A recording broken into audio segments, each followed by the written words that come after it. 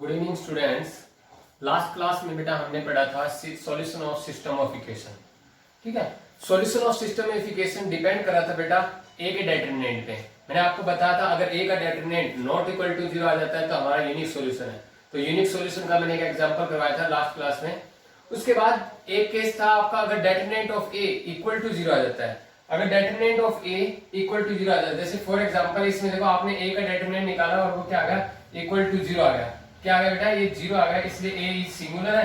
तो इस केस में क्या है, यहाँ पे दो केस बन जाते हैं बेटा, या तो नो सॉल्यूशन वाला केस होगा या फिर इनफाइनाइट नंबर ऑफ सॉल्यूशन वाला केस होगा। ठीक है बेटा, मैंने लास्ट क्लास में यूनिक सॉल्यूशन कराया था आपको। अब आपके दो उसी में से एक केस निकला है, अगर ए का डेटरमिनेंट इक्वल टू 0 आ जाता है तो वहां से आपके दो केस बन जाते हैं, या तो सिस्टम के नो सॉल्यूशन आएंगे या फिर सिस्टम के इनफाइनाइट नंबर ऑफ सॉल्यूशन आएंगे। तो ये वाला जो क्वेश्चन है वो इसी पे बेस्ड है कि या तो नो सॉल्यूशन वाला केस या फिर इनफाइनाइट नंबर ऑफ सॉल्यूशन वाला केस। ठीक है बेटा, आपको तीन इक्वेशंस गिवन है, x minus Y plus Z is equal to 3, 2x plus Y minus Z is equal to 2, minus X minus 2y plus 2z is equal to 1। ये तीन equation given है बेटा। a की वैल्यू यहां से क्या बनेगी, कोफिशिएंट से बनेगी, 1 माइनस 1 1, 2 1 माइनस 1 माइनस 1 माइनस 2 2, ये आपका a बन गया बेटा। x मैट्रिक्स किससे बनेगी, आपके वेरिएबल से। वेरिएबल क्या है आपका x y z, तो x मैट्रिक्स बन गया आपकी x y z। उसके बाद b मैट्रिक्स, एक और मैट्रिक्स बन गया है b, वो किससे बनती है, कांस्टेंट टर्म से। कांस्टेंट टर्म है 3 2 1, तो आपकी b मैट्रिक्स बन गई 3 2 1। ठीक है बेटा, तो आप a का डेटरमिनेंट निकालोगे सबसे पहले। ठीक है, तो a का डेटरमिनेंट निकाला और वो कितना आ गया आपका 0 आ गया। आपको डेटरमिनेंट निकालना आता है, इजीली निकाल सकते हो आप। ठीक है, तो इसका डेटरमिनेंट आ गया बेटा 0। इसका मतलब a क्या है, सिंगुलर। अगर नॉन 0 आ जाता तो नॉन सिंगुलर होती। ठीक है, तो a बेटा सिंगुलर आ गया। तो उस केस में आपका अगर a नॉट इक्वल टू 0 आ जाता तो मैंने पहले भी बताया आपको वो यूनिक सॉल्यूशन वाला केस हो जाता। अब इक्वल टू 0 आ गया, उस केस में क्या है, सिस्टम के या तो उसका नो सॉल्यूशन होगा बेटा या फिर उसके इनफाइनाइट नंबर ऑफ सॉल्यूशन आएंगे। अब कैसे पता चलेगा कि इसके नो सॉल्यूशन होंगे या फिर इनफाइनाइट नंबर ऑफ सॉल्यूशन आएंगे, उसके लिए हम क्या करेंगे, adjoint of a into b find out करेंगे। अगर adjoint of a into b not equal to 0 matrix आ जाता है, अगर आपने एडजॉइंट ऑफ a का एडजॉइंट निकाल के उसको b मैट्रिक्स से मल्टीप्लाई किया, इस a का एडजॉइंट निकाल के अगर आप इसको b मैट्रिक्स से मल्टीप्लाई करते हो और वो क्या आ जाता है, नॉन जीरो मैट्रिक्स आ जाती है, तो उस केस में तो आप क्या कहोगे, उसके नो सॉल्यूशन है बेटा। अगर आपका adjoint of a into b zero matrix आ जाता है तो आप क्या कहोगे, इनफाइनाइट नंबर ऑफ सॉल्यूशन है। तो सबसे पहले हम adjoint of a into b निकालते हैं, चेक करते हैं कि ये वाला केस है या फिर ये वाला केस है। मैंने क्या किया, एडजॉइंट ऑफ a निकाला। एडजॉइंट ऑफ a निकालने के लिए सबसे पहले क्या निकालेंगे, हम कोफैक्टर निकालेंगे। मैंने आपको शॉर्टकट मेथड भी बताया था, आप उससे भी फाइंड आउट कर सकते हो। ठीक है बेटा, तो मैंने सबसे पहले कोफैक्टर निकाले। कोफैक्टर a11 आ गया आपका 0।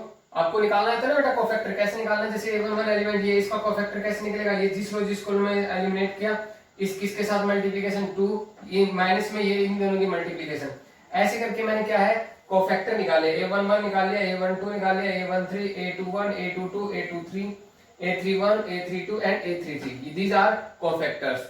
इन कोफैक्टर से बनी मैट्रिक्स का ट्रांसपोज करते हैं तो क्या आ जाता है, आपका एडजॉइंट ऑफ a आ जाता है। बेटा मैंने इन कोफैक्टर को रखा, इससे एक मैट्रिक्स बनाई और उसका क्या किया, ट्रांसपोज किया। ट्रांसपोज का मतलब है रो कॉलम में चेंज हो जाएगी, ये रो कॉलम में चेंज होगी बेटा। ये आपका क्या आ गया, एडजॉइंट ऑफ a। आपको निकालना क्या था, adjoint of a into b find out करना है।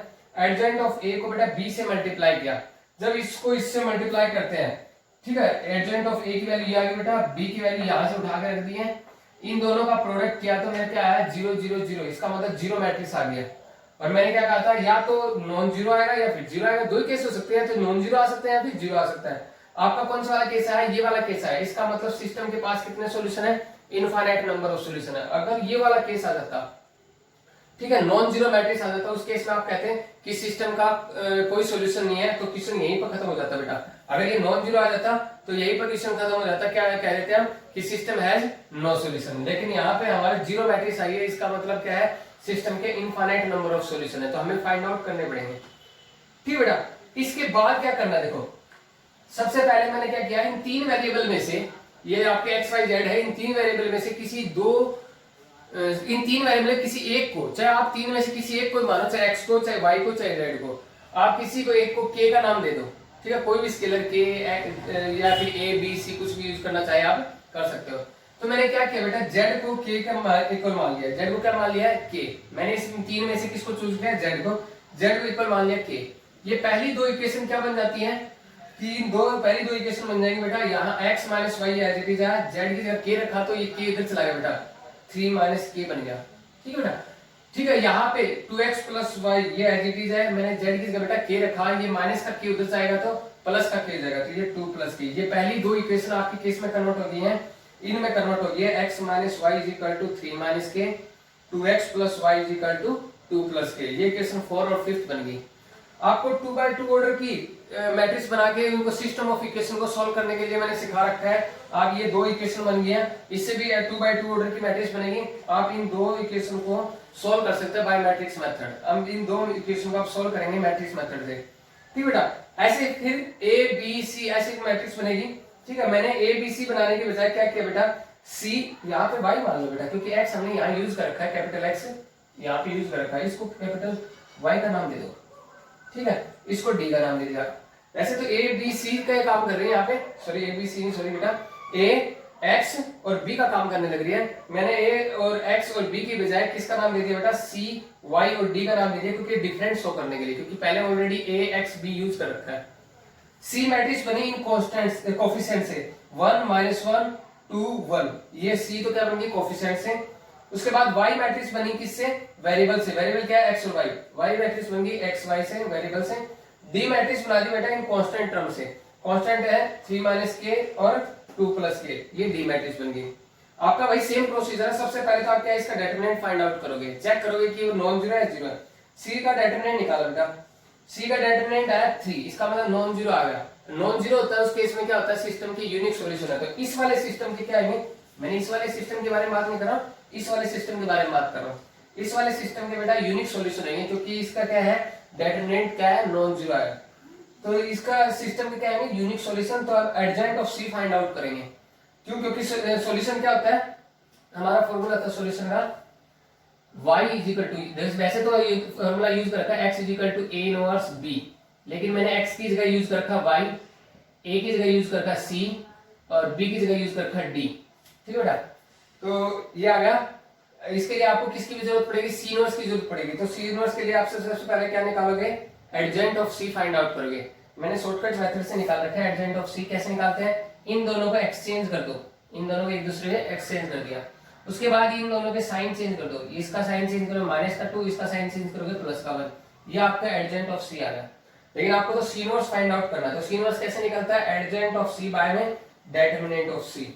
डिटरमिनेंट की वैल्यू कितनी थी इसकी, 3 थी, तो 1/3 टाइम्स ऑफ एडजेंट ऑफ सी। ठीक है बेटा, ये आ गया 1/3 इंटू में 1 1 -2 1, ये आपका गया सी इनवर्स। आपको सॉल्यूशन फाइंड आउट करना है। सॉल्यूशन का फॉर्मूला क्या था आपका, y is equal to C inverse D. आप यहाँ पे सी इनवर्स की वैल्यू रख दो, इनटू में डी की वैल्यू, यहाँ से देखो ये डी की वैल्यू, ये डी की वैल्यू रख दी। इन दोनों का प्रोडक्ट क्या बेटा, ठीक है, इसकी इसके साथ मल्टीप्लिकेशन, 1 की इसके साथ मल्टीप्लिकेशन 3 k, फिर 1 की 2 k के साथ मल्टीप्लिकेशन में 2 k आ जाएगा। ये दोनों इसकी रो, देखो मल्टीप्लिकेशन ऐसे होती है बेटा, रो की कॉलम के साथ, तो ये इसके साथ मल्टीप्लाई हुआ ऐसे। अब ये नेक्स्ट रो इस कॉलम से मल्टीप्लाई करके ये आएगा। इसको सॉल्व किया तो ये तो आया 5 बेटा, क्योंकि k से k कैंसिल हो गया, ऊपर आगे ये एलिमेंट आएगा 5, नीचे वाला एलिमेंट आएगा 3k - 4। तो x की वैल्यू आ गई है 3, इसके बेटे में जाएगा, x की वैल्यू आ गई 5/3, y की वैल्यू आ गई है 3k - 4/3, और z आपने क्या माना था बेटा, k माना था। तो आप अगर ये आपकी वैल्यू चेक करनी हो कि ये वैल्यू सही है या गलत है, तो आप क्या करो, x y और z, ये तीनों वैल्यू, आपने एक इक्वेशन छोड़ी थी बेटा, ये वाली आपने इन दो का यूज किया था। देखो आपने एक इक्वेशन छोड़ी है, आपको देखो यहाँ स्पेस नहीं बचा, आप करके देखना, x y और z की वैल्यू यहाँ चेक करके देखनी है आपको, इसके अंदर पुट करके देखना। ये लेफ्ट हैंड साइड में पुट करने के बाद ये लेफ्ट हैंड साइड सोल्व हो गया, अगर 1 आ जाती है तो आपकी ये सॉल्यूशन क्या है, बिल्कुल एक्यूरेट है। अब यही बात इनको इनफाइनाइट सॉल्यूशन क्यों बोला गया है, क्योंकि आपको ये पता है कि आप k की वैल्यू यहाँ चेंज करते रहोगे। k की वैल्यू क्या है बेटा, ऑल रियल नंबर, आप ऑल रियल नंबर से यहाँ इनफाइनाइट रियल नंबर होते हैं, यहाँ k की वैल्यू आप चेंज करते रहोगे, और आपकी x y z की वैल्यू, x की तो वैल्यू बेटा फिक्स है क्योंकि यहाँ पे तो इस वाले केस में, ठीक है, बाकी y और z की वैल्यू आपकी चेंज होती रहेगी। इसका मतलब आपको इनफाइनाइट नंबर ऑफ सॉल्यूशन मिलते रहेंगे। ठीक है बेटा, ये आपका प्रोसीजर है। अगर 2/2 ऑर्डर का होता उस केस में तो यहीं पे खत्म हो जाता, कि जैसे ये आपका डिटरमिनेंट 0 आया, क्योंकि ये 3 मैट्रिक्स थी, सॉरी 3 इक्वेशंस थी, इसलिए 3/3 ऑर्डर की बनी। अगर आपकी 2 इक्वेशन होती तो 2/2 ऑर्डर की बनती, तो डिटरमिनेंट ऑफ a 0 आता और डिटरमिनेंट ऑफ ए 0 आने के बाद आपको सीधा क्या करना पड़ता, इन दो वेरिएबल में किसी एक को के मानना पड़ता और वो किसी एक इक्वेशन में पुट करके यहाँ से आपको एक्स की वैल्यू आ जाती है। वो बड़ा इजी था, ये थोड़ा काफी उसके कंपैरिजन में क्या है लेंथी है। ओके बेटा।